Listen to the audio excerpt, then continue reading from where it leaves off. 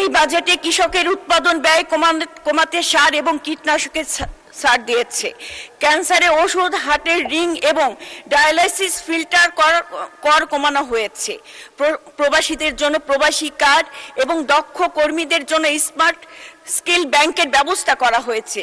তারপরেও কি বলা হবে কৃষকের জন্য কিছুই নেই, রোগীর জন্য কিছুই নেই, তরুণের জন্য কিছুই নেই? মাননীয় স্পিকার, বিরোধী পক্ষকে আমি আহ্বান জানাই, স্লোগান দিয়ে নয়, সমাধান নিয়ে আসুন। কেবল অকার্যকর, জনবিরোধী, কিছুই নেই শব্দ তিনটি পালাক্রমে উচ্চারণ করলেই বাজেট বিশ্লেষণ করা হয় না। অন্ধকারের কথা বলে সংসদ কখনো আলোকিত করা যায় না, আলো জানালো পথ তো দেখাতে হয়। মাননীয় স্পিকার,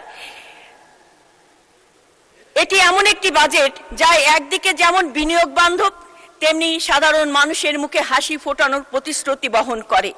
আমি মনে করি এই বাজেট বাস্তবায়িত হলে শিক্ষা, স্বাস্থ্য এবং প্রযুক্তির অভাব ঘুচবে, তরুণের স্বপ্ন পাখা মেলবে, বাংলাদেশ একটি ক্ষুধা দারিদ্র মুক্ত দেশ হিসেবে অভিযাত্রা শুরু করবে।